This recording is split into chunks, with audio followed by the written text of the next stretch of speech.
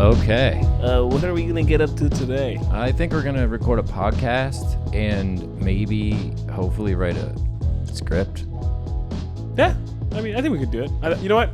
I believe in us. 14th time's a charm. 14 times the charm. We've been doing it in order. Every time I get surprised that we've actually released it in order, and we haven't yet.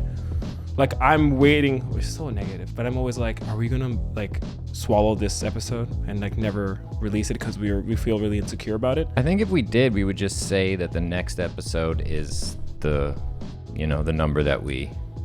Yeah. No. But I'm just surprised that we haven't yet. Our insecurity hasn't made us go like, oh, we can't drop this episode. It's been close. Yeah. We've considered it. I'll tell you that. We've considered it. But we're going hard. And guys, the inbox is frighteningly empty. It's just ads for TikTok and shit. So someone just write and say, I'm listening. That's it. You don't have to give us We feel like we're on an island and we just want some feedback of someone being like, hey, I'm out here listening. It's a nice island. Oh, it's great. Oh my gosh. We have mics on this island. Yeah. Yeah. Expensive ones. Yes. That would be an interesting. Two guys get washed up on shore on an island, and they have their gear that they were going to go film something with, and so they're like, we already have mics and we're on an island. Let's just record a podcast, and it's just them sitting on this island and recording a podcast. Are we already writing the script for today? No, because there's already so many plot holes. Where's the power outlet? How are they plugging shit in? Well, we'd have to come up with some kind of logic for it, but I like the idea of someone finding a podcast set up on a beach next to like two skeletons. Yeah, that's the whole stories for that moment. That's the funny moment. Yeah, that's the blow line. Before we get into the meat of it, welcome, or the appetizer. Welcome, hello. We're starting. What did you? What did you watch anything recently? Yeah, I mean, I've been watching that Wheel of Time show. Oh, okay, and you like it? It's great, sort of. Like I'm in it now, but like I don't really care what happens. But I'm like kind of invested in the story, so it's cool. It's not like so you do care. Shit. I mean, yeah, I don't know why I'm hedging my like for it, but I'm not like holy shit, this is amazing. I'm just like, I like this world. I like that fantasy kind of thing. You're not like enthralled by like, oh, someone died or something bad happened. You're more just like, this is just enjoyment of like the world building, and you enjoy that kind of stuff. But you're not like, if tomorrow it got canceled, you wouldn't be like, curse you. No. Yeah. No. Interesting. Takes a lot to move the needle these days. Fair enough. I'm so dead inside. God. I rewatched, I think I told you already, I rewatched Tropic Thunder. Yeah. With my nephews and nieces. And that was really fun because tainting their young minds with. I always try to show them stuff that like I think is really good because like Scott Pilgrim, I showed them. I think I told you about this. Yeah. I showed them Scott Pilgrim. I've shown them the original School of Rock because they're watching this TV series now. Can you explain the plot to School of Rock right quick for me? Let me spend 30 minutes talking about School of Rock. We got time. Fuck. Yeah, I could talk about that movie any day. But yeah, Tropic Thunder was fun, and one of my favorite things is like, it's such a nerdy thing, but it's like when you know a fact about a film and you tell people. So for me to be able to give that information to them, that executive, the producer, the studio head is Tom Cruise in a fat suit, was amazing because it was like, they were like, no, and then to Google him and be like, this guy, no, I know him, I see his Mission Impossible. I'm like, that's him, and then they couldn't unsee it. Right. But I was just very curious if they would like it because to me it's one of the funniest movies. But I was like, I wonder, because some movies don't hit the same. Like I said, School of Rock to them wasn't like a 10 like it was to me. It was a 10 out of 10 for me. For them, it's like a 7. And I was like, that's interesting. Yeah. But yeah, Tropic Thunder hit, and they liked it. Sick. Can I plug something? Could I plug? Yeah. Hot Globe? Oh yeah. Well, I don't know what day it is today on the podcast, but in real life, yesterday we released a thing I've been working on for a long time. And we've been using this camera and this camera. So it is kind of a it's part in the of family. The podcast. Yeah. You get a shout out in the YouTube comments. Look at Hot Globe CA on Instagram, and then everything will take it. It's about the climate crisis, and it's funny. Hot Globe CA. Yes, thank you. Thank you. I like that as a log line about the climate crisis, and it's funny. And it's funny. Should we go pick a prompt? Let's pick a prompt. That's not what we do. I yes-anded you, though. The prompt. So reaching into the Forsaken Bowl, that's the sweet ASMR Dude, sound. you know how much like lies on this? How much lies on it? What's the How many lies are in there? no? What's the phrase? Do you know how much? Do you know how much? Wow, dude, what the fuck? What's the phrase? Dude, you know how much relies on this? Yeah, A lot. yeah, that's the word. You just forgot the re. Dude, what the? You know how much lies on this? Well, yeah, it sleeps on it. It lies on it a lot. I don't know. It's gonna be a long fucking episode. Do you know how much relies on this? This right here, because this could change the tone of the whole episode. We didn't write these ones today. They're still in the I wrote bowl one new from. one. Oh, there's one new one in there, but they've been in the bowl for a while. So let's see. It is Dystopian Future. Oh, cool. I like Mad that. Max, I guess. It could be anything. It could be right now. It could be what tomorrow has in store for us. Well, this next segment brought to you by something. Blue mirror. Literally, A mirror that's blue. Yeah, it's just a blue mirror. And No, I'm gonna so dystopian future. Okay, dystopian societies appear in many fictional works and artistic representations, particularly in stories set in the future. What is a dystopian future? Is a form of speculative fiction that offers a vision of the future. Wow, that's not really okay. So it's just a fucking future. Like that's so weird. it's the future, but it's not It's the fictional. utopian future that we all envision with clean energy and equitable lifestyles and Dystopias are societies in cataclysmic. Did I say that right? Cataclysmic decline, with characters who battle environmental ruin, technological control, and government oppression. This episode is brought to you by Hot Globe. yeah, really though. Yeah, let's just cut to the episode. The first thing that I think of when I think of the dystopian future, other than Black Mirror, because that's basically all it is, like, and society declining in ways that we think are like the seeds of that are what we think is good right now, but then we play it out into the future and we feel well, it's interesting because it's not like it. the typical shit where it's like it's not always just like Mad Max is like water is so scarce that like this guy's running the fucking world and being evil because he's controlling water, but it's like Black Mirror is like, no, we're gonna in the future you're gonna rank each other. You're gonna rate each other, or you're gonna be able to play back your memories and like obsess over them over and over again. We're gonna give you new things to feed into your insecurities. We're gonna implant shit in your head so you see the enemy as bugs, but they're really just people like us. Good. Spoiler. But the thing that I was edging toward was this. Should we talk about this in the next section, or we talk about it right now? Do you have an idea right now? I forget how to do. No, I'm going to talk about a book. Do it now. Okay. Because I want to expand more on what the prompt is. So it's dystopian future. I'll be honest, my mind went right to Mad Max because I think of like world ending not world ending, but like the world's in a very dark and like scarce place where like it's just desert everywhere and the climate's fucked us up and now like the hierarchy, like the range right now, in the future is even more vast where it's like the rich are fucking rich and the poor are fucking poor. Yeah. So it's like there's no middle class anymore. Like that's my mind goes to that a bit. Yeah. What's the book? But this book, it's called Chronicles from the Future. Okay. It's by this guy. I have to look his name. Paul Amadeus Denock. But so Amadeus. The main character in this book, Paul, I guess, he was this dude who was kind of terminally ill, or like just chronically ill, and he moved to Greece. I think he was German. He moved to Greece because the warm climate helped out with his condition, and he just felt a lot better there. But he was teaching German in Greece. Sorry. This is in the future in the book. This is the book, right? This is the book. Okay. This is, and apparently it's a real thing. So this is a manuscript that someone found. So one of this guy's students kind of stood out to him, and the teacher who was ill was like, here's a manuscript of mine. Like, I don't know how much longer I'm going to be around, but I want you to translate this into German because I think it'd be good practice for you. And the dude's like, cool. And then the guy eventually died. And then over the years, this dude started chipping away at translating from German to Greek. And soon he started to realize, like, this isn't, he thought it was like a fiction, but he realized, like, this isn't fiction at all. This seems like a thing that happened to this man. And ultimately, it's a story about this dude who, like, leaves his consciousness, like he goes into a coma for years and years and years, and finds his consciousness in the body of someone, like, thousands of years in the future. 3906 AD. in the body of Andreas Northam. So like this dude wakes up in someone else's body and has his memories and his experiences, but all these people around him are like, we know it's not you. You're not acting the same. But like the future wasn't dystopian at all.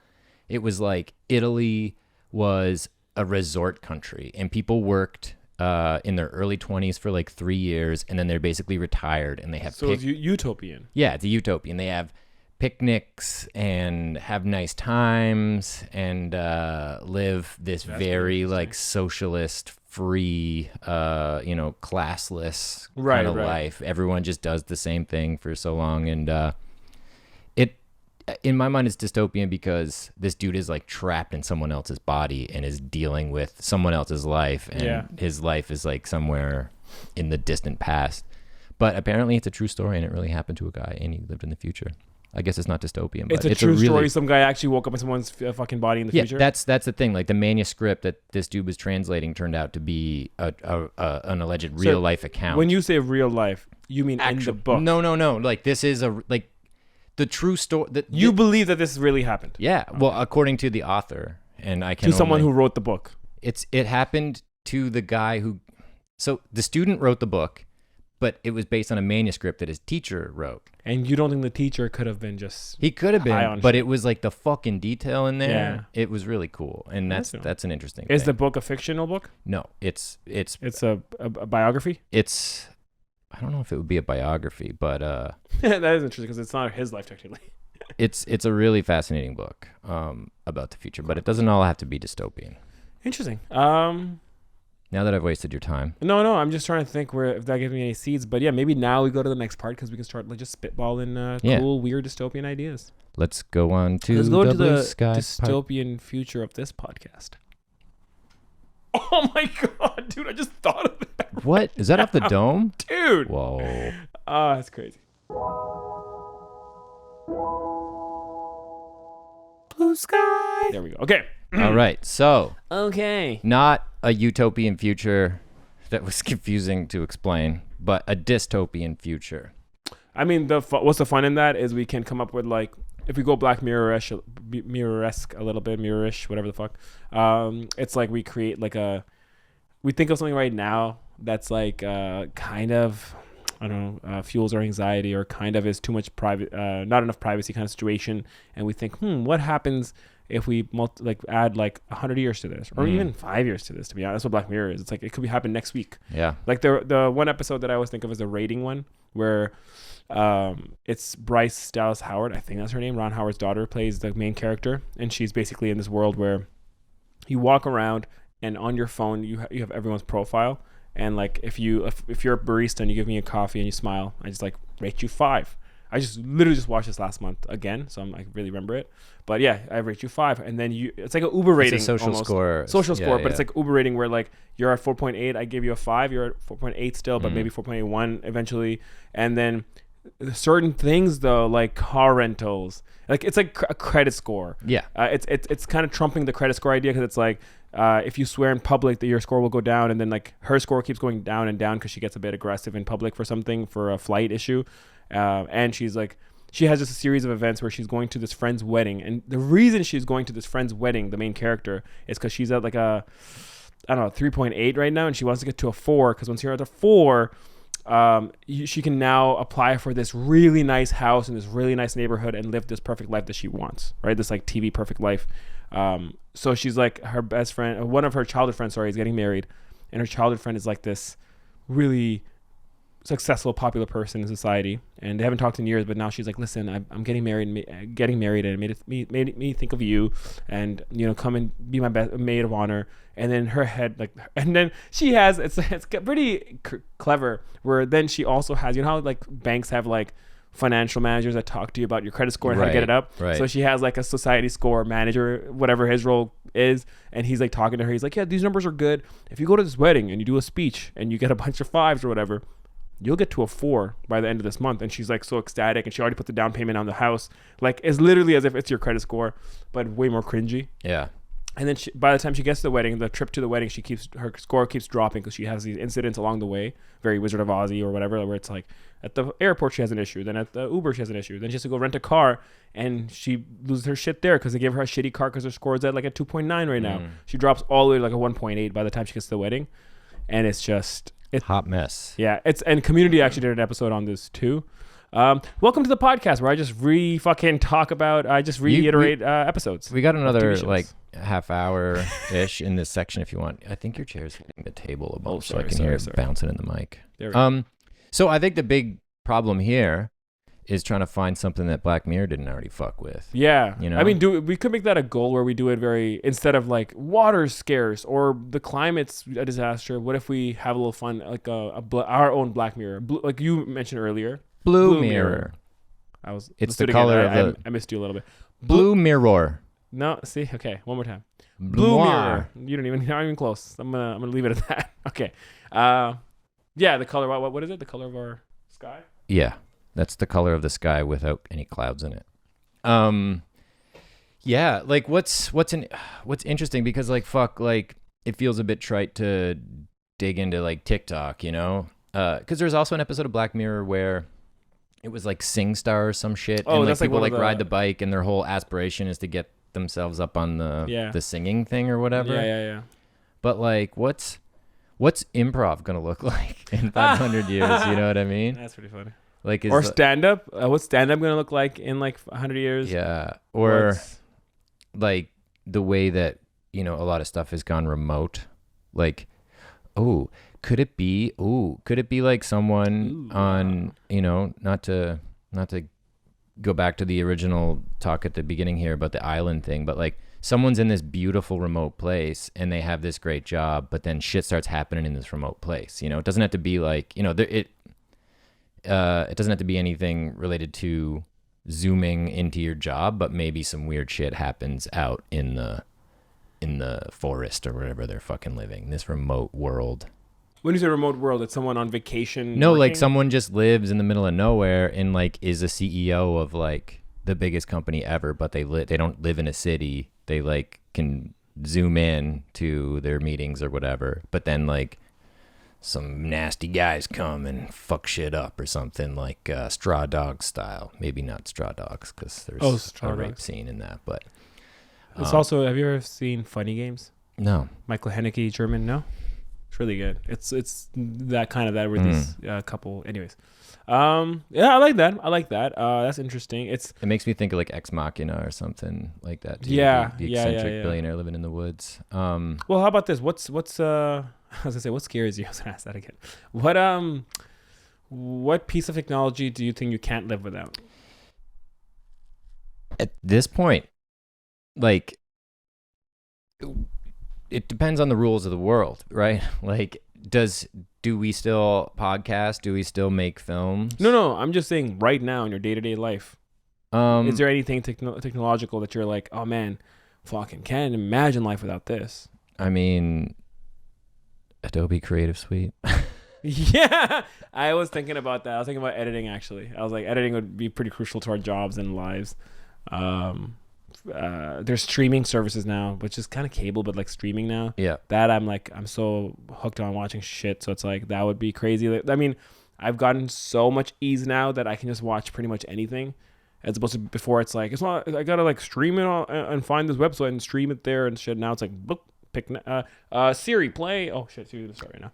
Siri play The Office or whatever, you know. You know what does scare me? Besides the climate, automation. Like the way that AI is being trained to sort of field phone calls, and like right now you have the menu like, please speaker enter your card number to blah blah blah. Pretty soon that the people that you know speak to an agent, like. Pretty soon that agent's just going to be like super advanced AI. Right? Yeah. And like the thing about talking to another human is the nuance in your situation. Like I was the victim of a debit card scam a couple months ago because I'm, I didn't have all my wits about me at 1 a.m. one of these nights, and I got my bank account compromised by someone in a cab, as you know very well. What were you doing at 1 a.m. out in the city? Yeah, my social Deviant. score is through the floor from that night. No, but I wasn't really able to talk to a human for a lot of it because the like got sent to like an investigative sort of world. But I kept thinking like the nuance of it, of my problem, and like the little things that I had to explain and whatnot. Like if I wasn't talking to a person, if I had to fill it out in an algorithm, someone could just be like, yeah, no, you did that. You withdrew, thousands of dollars from your account and went into overdraft. They don't count on for the purpose. nuance, so that they think like, no, it is you. Okay, along those lines, what if it's the future is the point where we're so used to AI operators, like it's like what you said, like enter this number now or whatever the fuck, and then. So imagine right now we're a little annoyed, but we're used to it and it's getting better because we don't have to repeat the same thing 90 times because it's a bit better. Then like in a year or 2 years, it's even better, blah, blah, blah. Then we're used to it where I'm like, I don't want to talk to a person.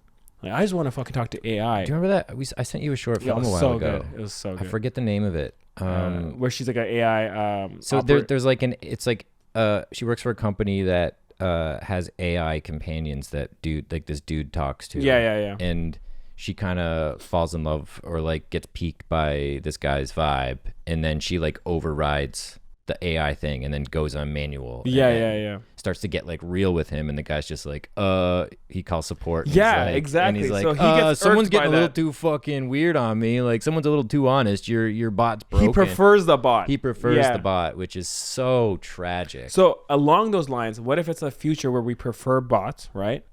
But because we're running out of technology juice or whatever, they're like, there's a company that can't really have that much AI, so they get Did you humans. say technology juice? Yeah, technology juice. There's only so much technology juice in the ground.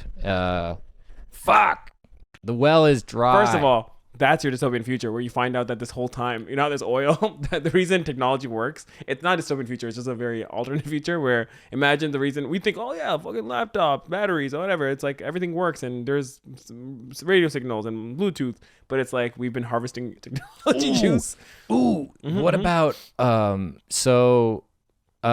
that story, Chronicles from the Future, he learns about all this history about the world and like what happened between his time, which was like the 1920s or 30s or something, till 39 whatever, and apparently this weird light appears on Earth that like is this enlightening thing, and the first people that see it just get this look of ecstasy on their face, and they immediately die because they're overwhelmed with this. Just like, did you say what year this was? Yeah, this was like somewhere in the middle, like thousands of years before he was, but like you know 2,000 years have lapsed since he left his body and found his consciousness, and this like he leaped 2,000 years or whatever into the future. But somewhere in between there, this world event happened, this light appeared, and people would look at the light and they would just get this like this look of ecstasy on their face, and then they would immediately die, right?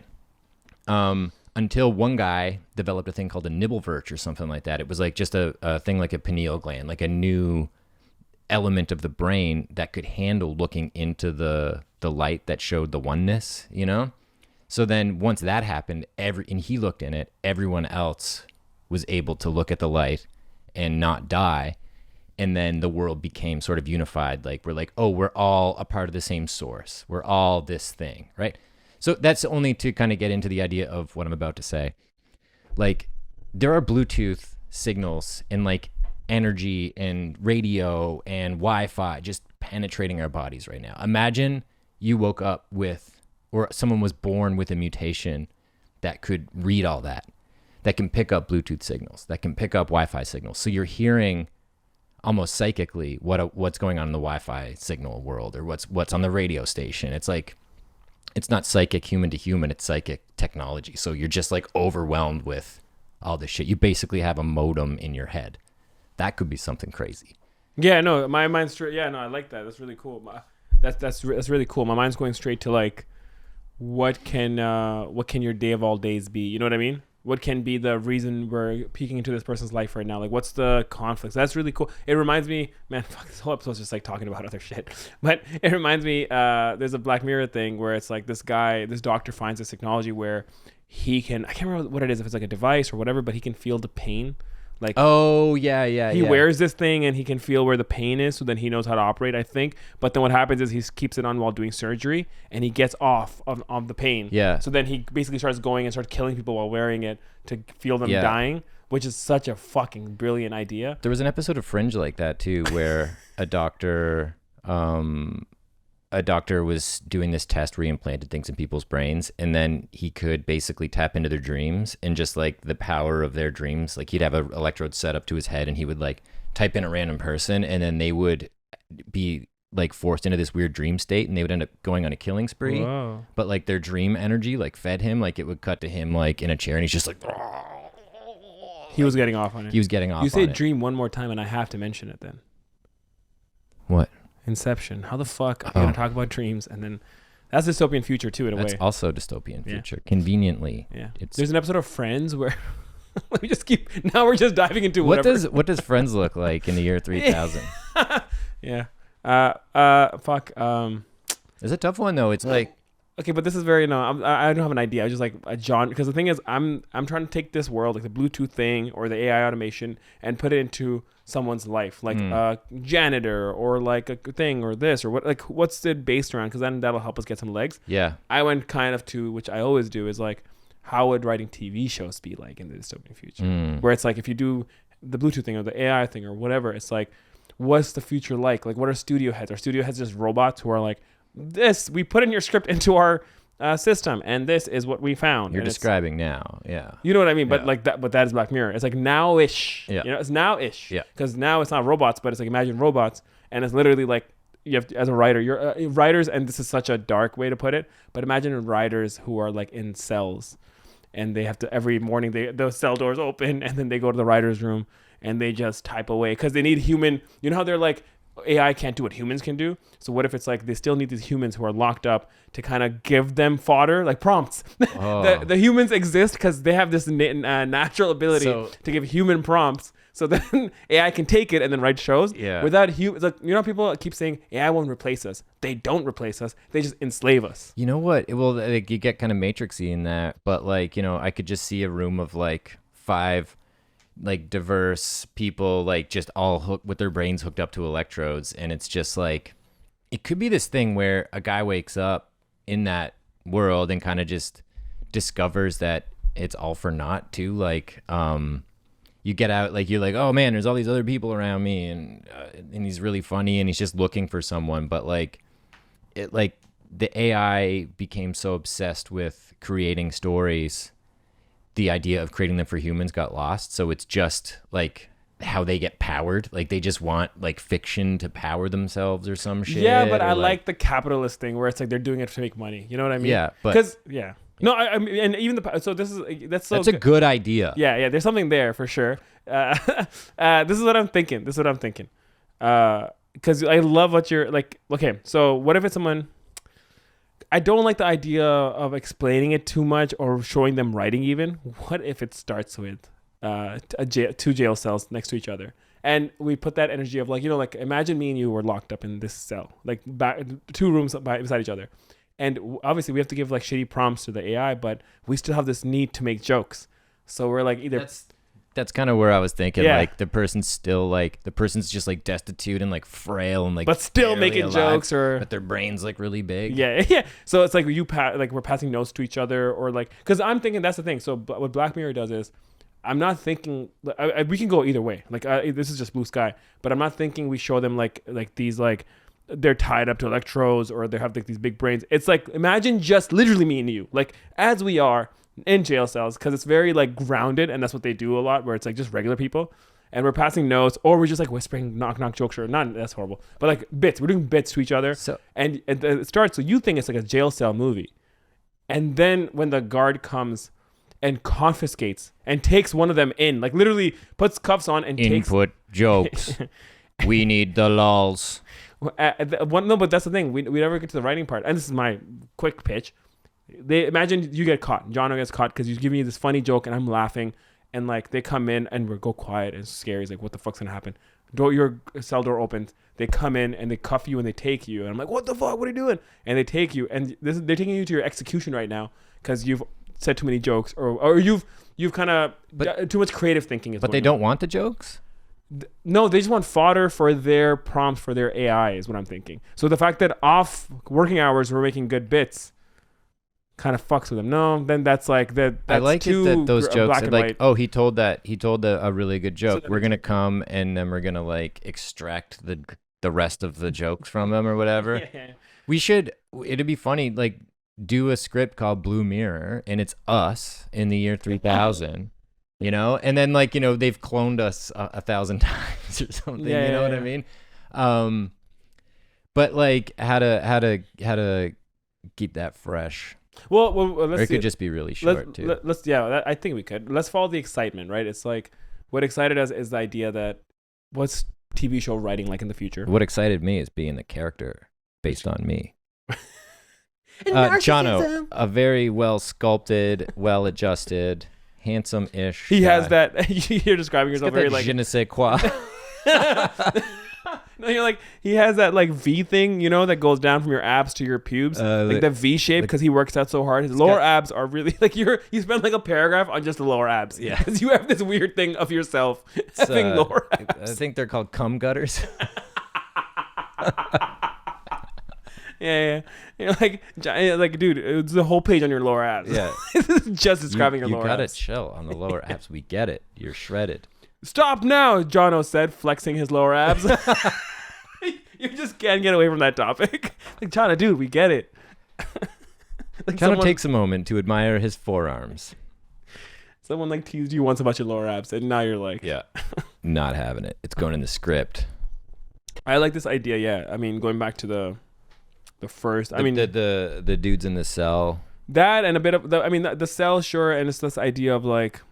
So, okay, I don't know where this is going, but the crux of it is, or the heart of it all is, imagine in 20 years, they need to keep making Netflix shows and HBO, all these shows. They have to make all these shows, and they're like, AI will take over, right? You know what the future is? If this strike goes long and then AI takes over, so then now we're in 10 years from now or 5 years or a year or whatever, and AI is like, we'll just write the scripts. We don't need you or whatever, right? They tried doing that. And we can even show the history of it, where when the AI tried, they failed, right? Yeah. They failed, and they couldn't get any shows. All the shows sucked. The streaming subscribers went low. And then it's like, you know what the issue is? Some like Peter Dinklage from X-Men Days of the Future Past character is like, you know what the issue is? We still need humans to give the prompts. Yeah. Because without the prompts, we can't get AI to do it. The AI can't think of prompts themselves. So then they get writers to come in and just give prompts, and these writers become slaves. Yeah. So, but what if like we are with, we're kind of telling it from the perspective of like a sort of ACTRA terrorist organization. So like, but okay, imagine this is all of that is true, what you just said. But these companies make it seem like it's still AI, like it tanks, and then they all of a sudden get better. And they're like, oh, AI finally figured out how to do it. Yeah. And then this ACTRA terrorist group, which I think would be fucking fun to play with, because like explain what you mean by that, because people who don't know what ACTRA is, and ACTRA people who don't know what terrorists. ACTRA is the acting union, like ACTRA is the Canadian version of AFTRA. I don't know what the acronym is, but it's probably got something to do with acting. Famous. The actors famous, but they're ACTRA and the Writers Guild of America are on strike right now because streaming services are sending all their money to the top and not properly remunerating their hardworking creatives who they depend on to fucking make shit. So that's like someone harvesting your field and not paying them what they deserve for baking in the sun all fucking day. My heart goes out to people on strike right now because it's been going on for a while, and there's no end in sight. But imagine this keeps going. AI takes over. It tanks for a bit, and then it gets good. So everyone's like, well, fuck it. I guess we don't need actors. But what we really don't know is going on. Why are you saying actors? It's not actors. Sorry, actors, writers, whatever. Writers, okay, yeah. Writers, actors, creatives. Let's just call them creatives. Okay. And they're like, we don't need creatives anymore. But what we don't know is that there's a bunch of creatives caged up in a thing to give the AI the prompts. And this group of creatives decide to sabotage it. They're like, let's go blow up the fucking servers so AI doesn't exist anymore. And they go in and they realize that the humans are there. And they're like, oh shit, we got to free these humans. And then, or maybe they're just like, hey, can we have a job? That's And it's over. I like this. I think it's a good area. I mean, because That's a fucking good idea. is that a new thing we do now? It is. I got to do it one more time just for Rules the of three? episode. Yeah. Okay. I think every episode it's like, that's a fucking good idea. That could be a soundboard eventually. Yeah. It's like whenever you say something good, that's a fucking good idea. I think maybe we can get AI to write a script to do that. So I just push a button on my computer. Oh. Yeah. And then they just do all of it. Yeah. I like that. The AI button. I also, because the thing is, what it gives us this, I like this thing we found now, because we can even make it a prison break. What if it's internally the writers, and because they're smart, they write a prison break. They're like, we're not good with our hands because we're writers, but it's like, wait a minute, we can write our way out of this. And then they write an escape plan, and then they have to perform. I don't know what the rest is, but maybe they could write a script. That interior jail cell. Drums play in the background as all the doors of the jail cell open up Yeah. because AI did it. I take off my shirt and reveal my lower abs. Jono, shut the fuck! Stop talking. Like they're all like gang up on you. Jono, easy with the lower abs. I do like the idea of like a creative cell. Yeah. Trying to sabotage. It's I don't know what the ending is. If it is someone from the outside saving them, if it's them saving them, or if there's no saving, it's just them coming to terms with it and being like, it's a very sad ending, and they're like, I guess we're just gonna be prompt givers, or they try to escape, or is it a moment of? Because here's the thing: have you seen Snowpiercer? Yep. Because it's one of those things where it's like sometimes when I can't remember the exact ending, but the feeling you get is like when he finally gets to the end of the train and he sees Ed Harris there, and it's like, oh my God, there's like kids doing this and we're eating cockroaches, and he finds all the truth. It's like, is the reality better? Because then you're going to go and die in the world, in the cold world, right? Or I think the ending is like they find out actually the cold is not that cold anymore, or whatever the fuck, right? So it's like our ending can be where they're like, writers want to go home because there's no work at home, and this is a dark ending of like, I guess we'll keep doing this. Or it's like they find out like the reviews are now bad. Like I'm just trying to think, what's this ending? Is it sad? Yeah. Is it happy? Is it a twist? Is it a cliffhanger? I think like I like the idea of them just being like, well, I guess we'll just live here now. That's dark. Because like they're starving and shit, but like maybe the writers, even though they're being kept in cages, they're like well fed or something, like there's some bonus to it. And it would also like be a bit of a comment on how we commodify creativity. You know what I mean? Like we kind of like, that's what I do with my life. I output things. I focus on creativity. I focus on my mind, and I put stuff out in the world. And without that, like, I don't know what else I'd do, No, 100%. I would go insane if I couldn't just use my brain to, like you said, create shit. And So like what's the next? What's the dystopian step for that? What do you mean? Like what's, if you play that out for 1,000 years of this creative drive, what's it going to be? And like, what would you sacrifice? What would you do to maintain that? So I'm just throwing a narrative device to figure out how would you show all this in a short. Yeah. One of the narrative devices, top of my head, rough idea. Let me spend 10 more seconds really negating how bad this idea is. It's very rough. It's a first draft. This is not a good idea. Yeah.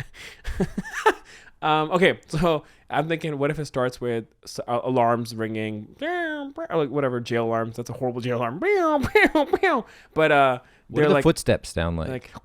Yeah, okay. All right, I buy it. Guards come out, and there's been a breach, and one writer has escaped, and the other writers will go back in their cells. Kauffman has escaped. Nice, that's really good. Charlie, I like the Charlie Kauffman. Yeah, It should also be like 6 months in the future. I love that too. 2024 January. This is also very like I do think Kauffman would write this script really well. Yeah. But anyways, imagine like someone runs out, and then they're all going back to their cells, and they're like kind of quiet because they knew this guy was escaping. Their thing was to send someone out, right? And then he can come save us. He can talk to everyone. Next morning they wake up, he's been replaced, right? There's a new writer they've put in. It's like a young junior writer. And they still, maybe the AI or whoever the robots are, whoever it is, still respect the hierarchy. But they're like, this is your new junior writer and all this shit, right? And then this guy's going to be the junior, and he's going to work his way up and blah, blah, blah. But then the reason I say junior is because then you have that fish out of water thing where he can start asking questions, and they're like, he's like, you guys get to eat food here. Like the junior's showing all the good stuff, and he's like, out there is like a frenzy, and it's horrible. And he's like actually happy, and they're like, they've been here. In for, here, it's her. Out there, it's Mad Max. It's yeah, that's good. And then so he's like amping, and that's a narrative device to kind of show that and then the writers are like, you don't understand, we're not even giving good ideas. That's what they're pissed off about. They're like, we're just giving prompts like, hey, a fishmongerer can't find his fish, and they just eat it up, and they just make us a whole show about it. You're like, you wrote Fishmonger? That's fucking great. That's the best show ever. So this character, like this Julian or whatever his name is, this young character is like just naive, wide-eyed, and like all this. And I think it's like they're all still talking on their sidebars of like, we have to get out of here. We can't wait till Kauffman comes back. And then the ending is he comes back and he's like, he just gets in a cell. And he's like, this is better or whatever. He says that line where it's like, he says, would it be better to live as I'm stealing Shutter Island again.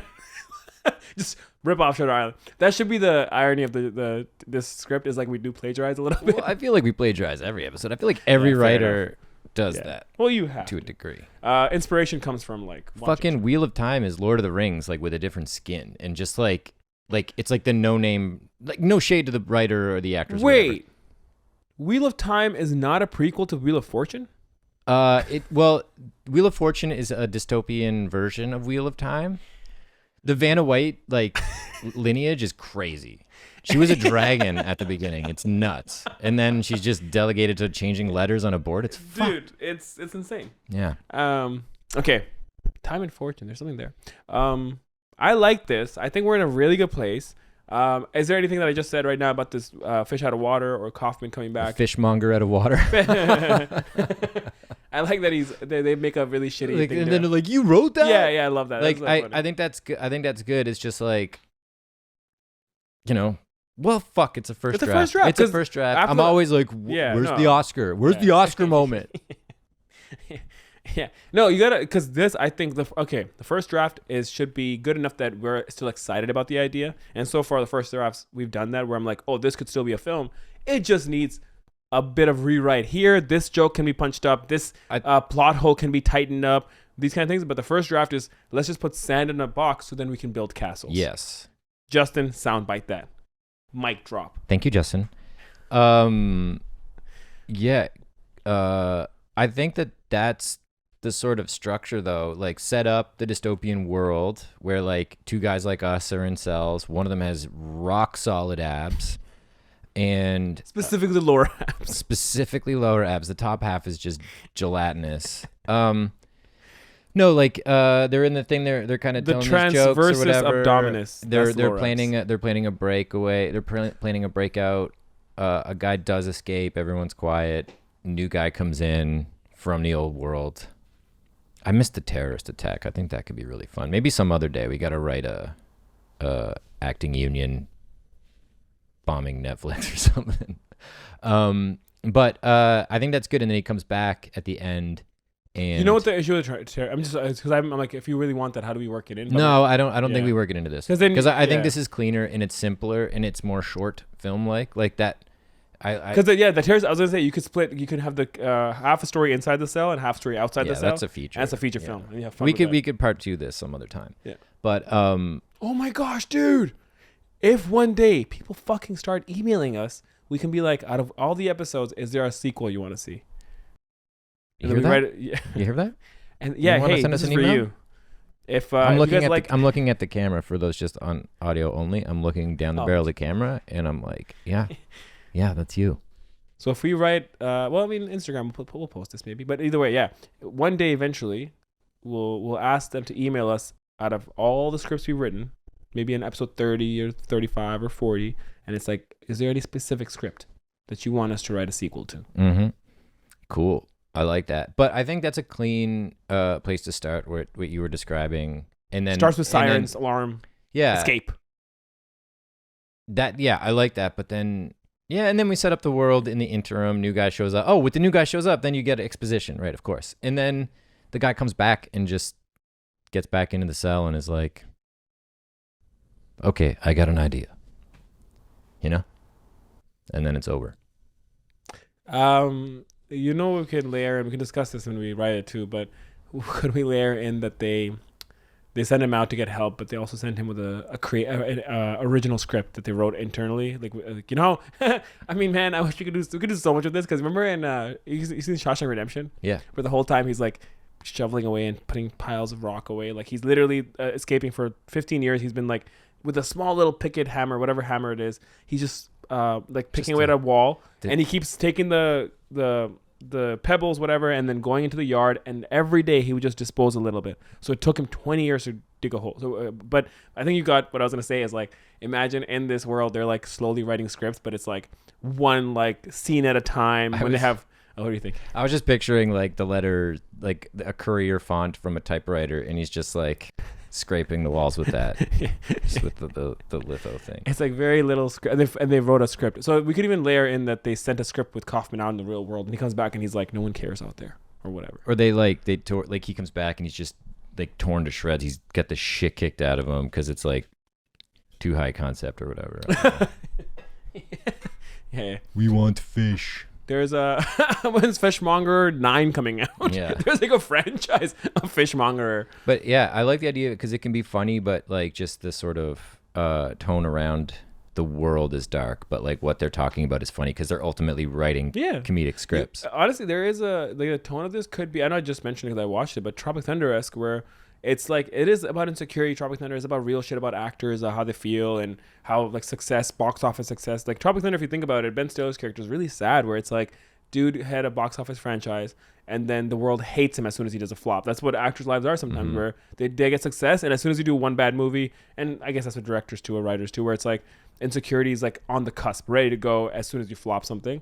But it's such a comedy. So this film can also have comedic moments, but at the heart of it, it's about scary, sad stuff. Yeah. I just had this image of a robot just going flop, flop, flop. That could be the alarm sound. Flop, flop, flop, flop. It's the Blue Sky Prison. Yeah. Okay. I feel like we're in a place we could maybe start writing it, but I do think, do we have all the bones? It's just like, what's gonna happen with the fish out of water guy? Like, what, we're gonna just use that to build a world for a bit, and then what does that culminate to before Charlie Kaufman comes back? Yeah, that's a good point. What is the conflict? I mean, the other conflict is like, there's two ways. The fish out of water character, like, give him a name. The new writer that they replaced Kaufman with, and he's like a young guy. Jono. Dylan.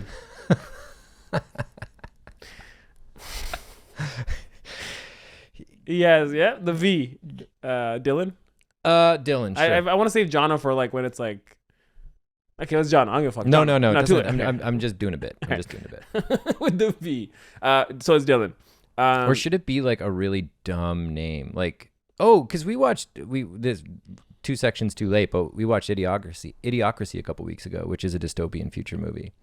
Yeah, it is. Yeah, and it's like full comedy and it's hilarious. So his name could be like Tonk or something fucking. Well, it's 6 months in the future, not. Oh, right. We're not doing 100 years like they did. Right.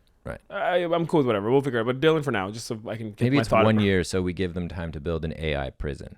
Yeah. Okay. 1 year. Yeah. AI needs that time. I get it. AI is fast. They're pretty fast. So Dylan, I'm thinking like because you're right. What's the character growth here in the short? Like, what the fuck are we showing except for that? So like he could be the one that's kind of like, he's excited by the amenities that these people have, and that they get to write, that believe they don't have any amenities. Yeah. But that's it though, right? But yeah, like, so does he turn where he goes into a room? Because that's the thing. You're right. We have to kind of be like, why is it bad? Because if he's so happy, why? So the end of the story is like, it's not good inside or outside. You're fucked, right? You're taking the less of the two evils or whatever, right? So Dylan starts off like, are you kidding me? You get to write in here or outside? No one gives a fuck, whatever, blah, blah. You may fishmonger, this whole thing. But then in his first writer's room, because I like that we don't do this whole like Matrix put in veins. I feel like it's grounded if we like, they literally write and then insert into the machine and the prompts or whatever. Yeah. Or like type up. And it's like that movie, is it Weirdo? That series Weirdo, that Jonah Hill. Oh, I know, Maniac. I know, Maniac, yeah. They do that? No. Well, no, it's just like I just picture like an 80s kind Yeah. of like Soviet almost kind of. That's what Black Mirror does sometimes too, yeah. where they all of a sudden the setting's very 70s, and you're like, oh, that's interesting. Yeah. They're doing 70s that sort if of they're retro futuristic. future sort of thing. Yeah, yeah. But I like that they're writing and they're or whatever, and then he gets reprimanded because he's being too creative, and then he learns why they hate this place. Yeah. So that would be two sides of the coin, where it's like Dylan by the end of the short, this new guy is like, fuck this. He's like, I hope Kauffman comes back and saves us. You know what I mean? Even Dylan's like, I hope so. Yeah, And then when we gotta Kauffman beat comes back, we gotta beat Dylan down. Yeah. yeah, I think that's your story, because you're right. What the fuck else? It's just fish out of water. So Dylan being all excited, Fishmonger 9. Oh my God, you made this. Oh my God, you guys get to have this food here out there. I'm like a copywriter at this whatever store and blah, blah. And then he's like, goes to his writer's room. First one. He's a copywriter for highway signs. Yeah, that's beautiful, because that's what's left for writers now. You know what I mean? And this and this. And then he goes to his first writer's room and he's super excited. Single file line gets in. They sit down, all of them. His like people next to him, the ones who've been telling him, hey man, shut the fuck up, or like the Jono and Adeels of it or whatever, who are like, hey man, you don't understand, whatever. He's like, you guys don't get it. Dylan pitches idea 1 to whatever and gets reprimanded. Either he gets put into the box. No, they get take like.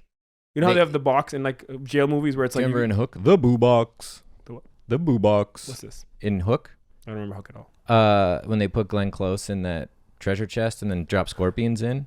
Damn, no, I remember that. That's fucking creepy. The boo box. But it should be like, it's like jail, where it's like they put him in a box. So even though everything's great, if you try to be too creative, or if you don't follow the rules of prompts, you know, like you with Midjourney, it's like you have to be so specific. Yeah. If you, that's how, it's like we have to be very specific on how they crush the creativity, because it can't just be like, no, that's too funny. That doesn't make sense. It has to be like, no, you have to put it in this format. It has to be platform. Yeah. Tilt or platform, whatever. tilt, resolution. Yeah. Platform, tilt. And he's like, no, but what and if that's like they're like in the cafeteria and it's just here like the AI PA like yeah. platform, tilt, Tilt, resolution. resolution. Platform, tilt. He's like, but no, what if we start resolution. at the end of the film? Hero's journey. What if we go backwards, like Memento? And he's like, and they're all like whatever, and then he gets 1 strike, They're 2 like, strikes. early Nolan does not compute. Yeah, I think. I mean, I'm just throwing shit out. But No, what do you that's think? great. I like that Okay. all. And just sidebar, Adeel just mentioned Midjourney because we do use the AI overlords to help us with movie posters. Because fuck, like we're 2 people producing a podcast with a little bit of help, and it's really hard to make a good fucking poster. Holy Like shit. yeah, the posters you see like on an Instagram page or just on our even thumbnails for the podcast. Like each one, they're pretty cool. At the end of the day, we get to make them, but Yeah, like sorry. and they're like these cool posters that come out. But fuck, Apologies to real artists, who this is ultimately probably plagiarizing, but we'll hire someone someday. that's the goal. If you just fucking email us. Yeah, that's the goal. Is that'd be sick if we had like a graphic designer or like just someone who's like Good photographer. Yeah. Yeah. Anyway, that's just I wanted to say that it's not there yet. But yeah, okay, I like that. Now Dylan's character gets bogged down, like he gets beat down, like you said. Sorry. And has like legitimately cool ideas. And Yeah, everyone he's else actually is like, really good. no, it's Pong the movie, and it's literally just 2 lines bouncing a ball back and forth for 45 minutes. Yeah, And, yeah. Like that's a huge hit. Well, we should. I mean, I don't want to be a thing about it, but there's some films on Netflix where I'm like, it's very obvious. They just like, not even AI, but they were very like, what's our formula? Yeah. So we could like think of that. Like, it's like 2 good looking dudes and they have to go save a girl.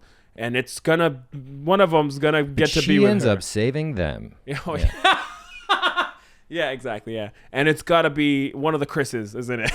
It has to be one of the Chris's. But yeah, that's, I like that. That's You mean funny. Hemsworth? No, he's doing one of our other films already. Who are the Chris's? Pine, Hemsworth, Oh. Evans. Oh. There are a lot of Chris's. There's one more that I'm missing right now. Jesus Pine, Chris. Evans, Hemsworth, Pratt. Pratt. Yeah. Hmm. It has to be one of the Chris's or the Ryans. One of the Ryans. It's got to be Ryan or Chris. Okay. I like that. There's something Okay. there. And then yeah, Dylan gets. So yeah, okay. I think just Prison Break. New kid comes next day. They to put him replace in- the whole. Yeah, they need There's one more only writer. enough. There's only enough room for a certain amount of writers. Exactly. So Because he it's an comes in. algorithm. It's like a tested thing. There's one more. Yeah, exactly. One comes in. He's very like excited. Like I get to write. I'm writing highways out there. What the fuck? Then he learns the ways. First, he's very like amazed by everything. Then he learns the hard ways and gets put in a box because like a scary little box of scorpions, and because it's like And that's a metaphor following. for being put in a box as Oh a writer. my god, Oh, dude! Because he can't think outside the box. That is a good idea. Yes, yeah. He gets put in a box because he can't think out. He's not allowed to think outside the box. Mhm. Dude, that's fucking brilliant. Mhm. Okay, cool.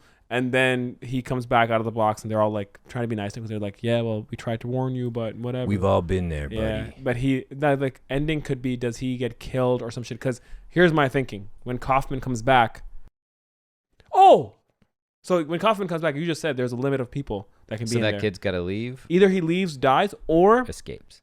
No, he stays, or escapes, or he stays. And then the last scene is we cut to outside the prison, and we cut to a grocery store, and Kaufman's bagging groceries. Yeah, or he's writing street signs. Or he's writing highway signs. Yeah. So it's like they switch spots. So we can figure that out when we write it. Either the ending is the kid gets shot, like in Shawshank, that one kid that comes to the prison, or oh my God, that's really cool. We use in a way, this is very like, if I was to write this as a feature, I would use Shawshank as our blueprint, because that would be really interesting, you know, to take stuff from that prison world, because that's what Black Mirror does too, is like they take like a film, but then they're like, what if it's like in the future? It's been cool there. All right, let's fucking write it. Oh fuck, we gotta write it? Yeah. Yeah. And now the box. Interior, the AI writer's facility, time of day unknown. Close on a flashing red light. Piercing alarms echo through the facility. A robotic voice blasts over the loudspeaker. A breach. Remain in your cells. There has been a breach. Sleek humanoid androids storm the endless dull hallways. Their movements are synchronized and uncanny. Interior, jail block 4, continuous. The androids convene outside a cramped, empty cell, forming an impenetrable wall until the android warden appears. The androids make way for their leader. Prisoner Kauffman has seen to escape. Various angles of human writers of all types, watching the commotion from behind the bars of their own tiny cells, wide-eyed with an air of excitement in the otherwise drab surroundings. A title card flashes on screen. The Box. Interior, the AI writers facility, cafeteria. We join a table of 4 writers, Chris, Seth, Jordan, and Miller, passing around a tablet, waiting to order food.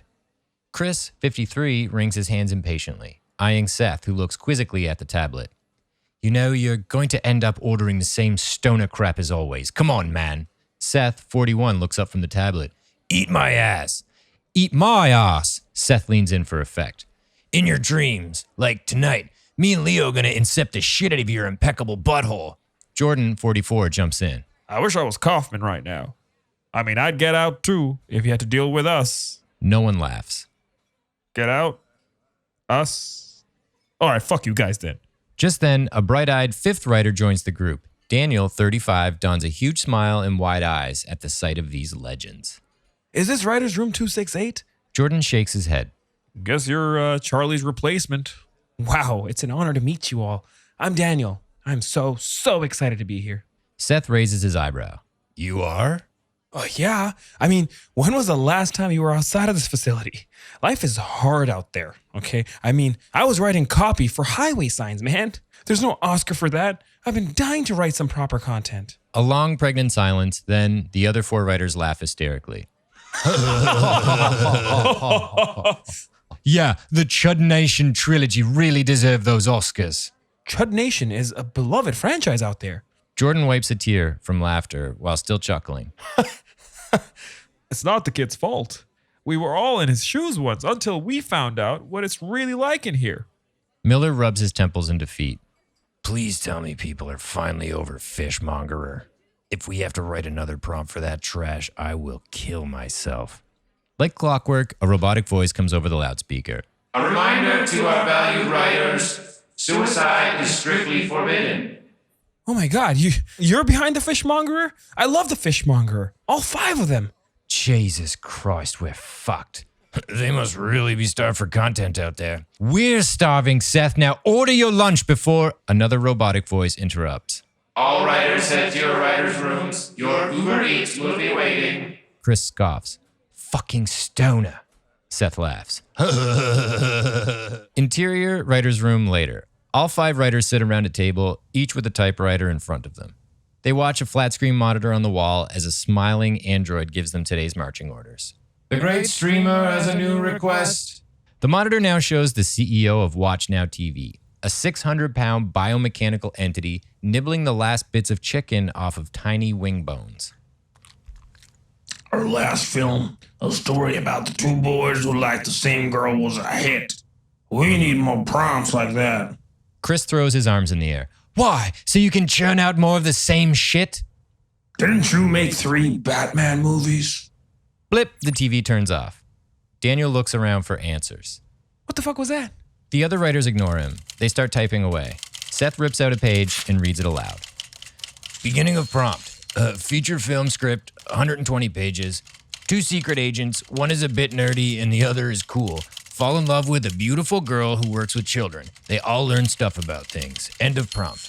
He inserts the script into a slot in the wall below the flat screen monitor. A green light flashes. Yes, I'm going on break. Seth sits in his chair and stares at the wall. Chris finishes next. He rips off his page and recites it. Beginning of prompt. Feature film script. 245 pages. A boy travels to the future where he falls in love with a girl who already has a boyfriend. In the end, the boy finds out that it's actually his granddaughter he's fallen in love with. They all learn stuff about things. End of prompt. Chris inserts the script and a red light flashes. Too complicated. Chris stomps his feet like a child. Again? He starts typing away at a new prompt. Wait, we just enter prompts? Jordan looks up from his typewriter but keeps typing while he speaks. Yup. It's not like we've said the word prompt 4 or 5 times since you got here. Daniel blinks a few times, trying to comprehend the situation.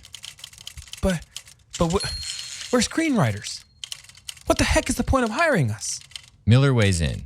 They can't do anything without a creative prompt. They tried. Remember the year 2024? Yeah, the industry was brought to its knees by the streamers and barely anything got made. Exactly. We thought we were hired because they realized they couldn't write scripts without us. But actually, they just needed the specific creative human prompts to make the machines run. Daniel looks horrified. Seth snickers. Still think it's better than writing highway signs? But I'm a Daniel, for Christ's sake. Miller stifles his tears. Tell that to Lord. Jordan interjects. Relax, kid. You just gotta learn to make up a prompt. It takes 2 seconds. Sounds a lot better than what's going on out there. Unless you're Chris. That dude gives Dan Harmon headaches. Chris flips his middle finger. No, I... Daniel gets up from his desk. A sharp robotic voice comes over the loudspeaker. Please remain seated. Your Uber Eats will be arriving shortly. Fuck your Uber Eats. Suddenly, the doors slide open and 2 androids come in. The other writers stiffen up and lay their hands and cheeks on the table as if following protocol. Daniel is whisked away. Jordan looks up as the doors close. Nope. Off their silence. Seriously? Still nothing? Cut to interior jail block 4 later. The 4 other writers read in their respective cells until they hear robotic footsteps followed by a thud and a clink. By the sound of it, Daniel has been returned to his cell. Miller is the first to speak. Hey kid, you okay? We see all 4 writers press their faces through the bars of their cells, trying to get a peek at the poor young writer. After a beat, Daniel gathers himself and steps forward to the bars of his own cell, pale from exhaustion. They put you inside the box, eh? Daniel nods. Kooky comedy. It's the fucking worst. My boy, don't we know it? They gave me psychological sci-fi. Rubbish. Stoner comedy here, duh. We've all been there, though. Charlie used to get put in weekly, but they could never really find the right box for him. They all chuckle, remembering their extremely talented friend. Seth laments. Let's just say the hive mind is eternal, but it ain't spotless. But he ditched you guys. You're not angry? He didn't ditch us. We helped him escape so he could go out there and get help. Tell the world what's really going on in here. You think he'll come for us? We know he will. Well, here's to Charlie then. A voice comes over the loudspeaker. It is now bedtime. Please lay horizontally. It sings a robotic lullaby. Lullaby. Go to sleep. Time to write lots of wrong. Cut to exterior, the endless city. Meanwhile, an aerial shot of a filthy dystopian city.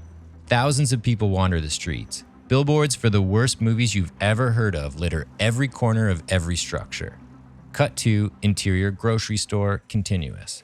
The camera moves along a line of haggard, empty-headed people at a cash register and lands on a contented man bagging groceries. Charlie Kauffman, 64, shares a look with the cashier, 60s. This is the life, ain't it, Charlie? Charlie smiles a satisfied smile. This is the life. Finn! In conclusion, Another script that revolves around films and filmmaking and all that good stuff. It was just really so serendipitous that Jordan Peele was just walking by outside when we went for a walk. And he came in and he read for his own part. That's so crazy. I think I gotta just really lean into the fact that I can't do voices. Oh, yeah. Well, let's just know that my Seth Rogen will forever go down as the best Seth Rogen impression ever. I think I'm just a man dying of COPD or something.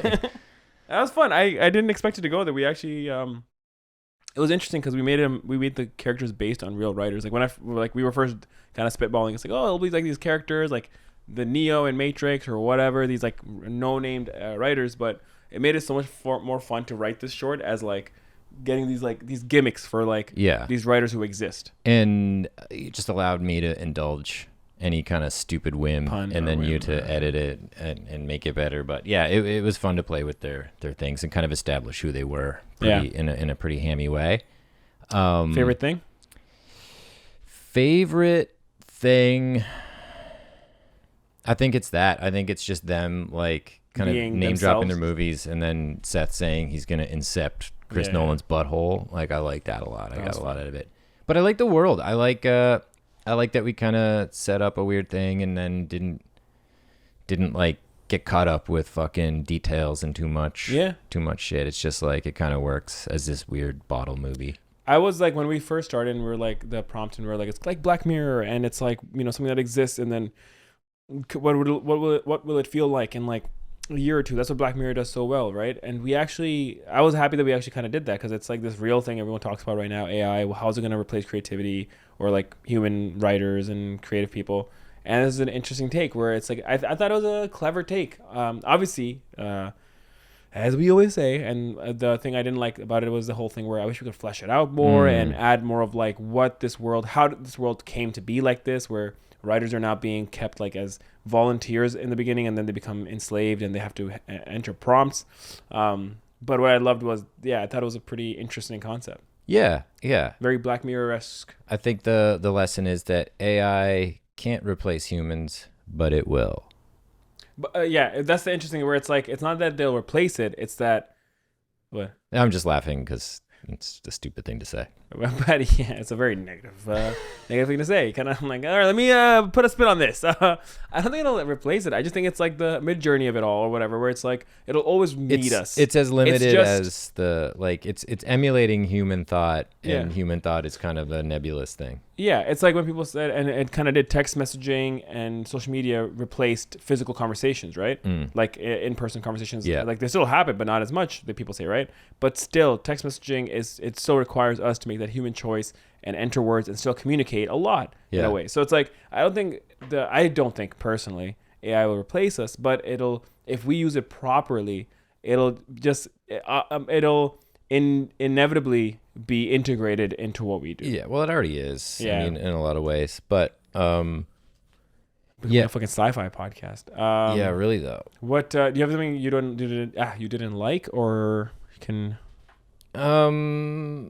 No, I mean, again, it's a first draft, so can't really get too upset about it. Like, you could really go in. I kind of want to see what happens in the box. I did really like the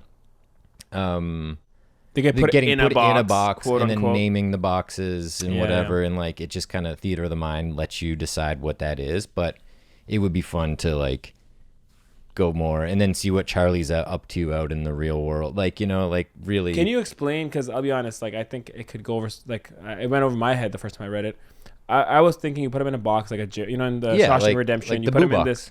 Yeah, you put him into like this box where it's like it's no light, nothing in there, and they basically rot there for 24 hours, and they're pulled out, and they're a little insane, right? So but then we were talking to, using the metaphor of like creative. Putting someone inside a box. Yeah, like Lord and Miller are like the kooky, crazy, high concept animation guys, and Chris Nolan is the heady sci-fi serious. So when Chris says they put me in psychological sci-fi. Yeah. What do you picture? Like, I picture Inception or no, but what, he has to watch his own films? Like, that's what I mean. No, I don't know what I picture happens in the box. It's just like making a metaphorical joke about being put in a box, and like, you know, even now, like in the commercial world, for example, if you don't have a hamburger on your reel, you can't shoot a hamburger commercial. Like you have to be in a box to get work thing, almost. Yeah. You have to have the thing on your reel. You got to be the guy that does the thing. Basically, a client will look at your reel and see all the things that they're about to do on it and be like, yes, this guy can do it, because it's hard for people to like apply that to another concept or another sort of stylistic treatment of it. So when did it come together? I think it came together with the like prison-y, like I think once we landed on the prison world, that they trap writers in there, and then I think once we started naming the writers, like I don't know if we did that on no, not at all. Pod at all. It was blue. When we started writing and we put, I mean, maybe mentioned one writer or two, but I think when we were coming up with writer names, we were just kind of joking around, and then we're like, oh, maybe this can actually propel it a little bit and make it more. I mean, I use the term loosely, but authentic. You know, like because of course those are the people that would be enlisted to go into the AI like top facility. Of the top and then there's like this waiting. There's a queue. We didn't really establish the whole like.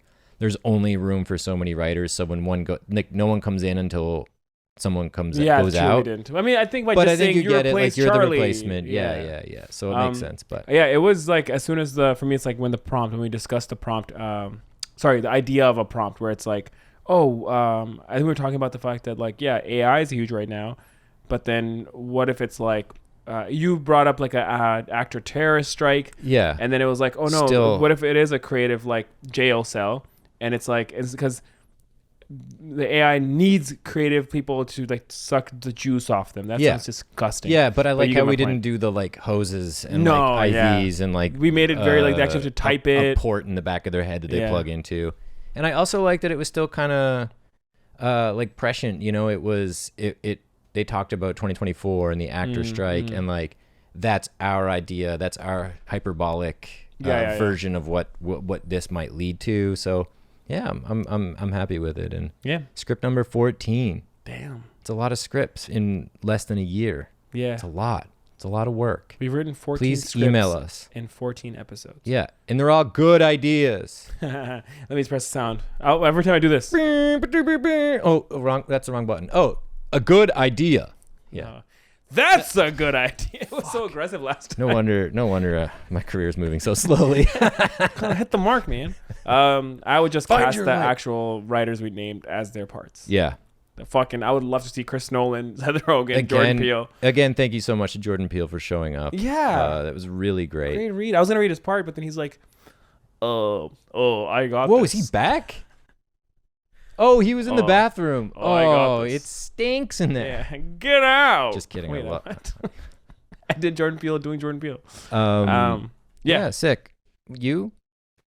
What, me? I mean, I guess you answered the question. I didn't ask you anything to ask me anything. No, but I was going back to like, where did it come together? What it was like? honestly But I think we kind of like said the same thing. Okay. I feel like we're fried right now, and we have more to do. So yeah, and we're not fried. And we're not fried. What? Sober fried. Oh, sober fried. Mm-hmm. Is you use fried as a term for smoking weed, getting high? Yeah, get fried, bro. Yeah, okay. Yeah, I've never used it, but Buddy's fried out of his mind. That's what they say back home. I heard get zoinked. Zoinked. Get frazzled. And get out. And get out. Send us an email. Our inbox is empty. We sound so lonely. Please talk to us. Please. Thank you for listening. Yeah, it is final thoughts. Thank you for listening. Yeah. We appreciate you.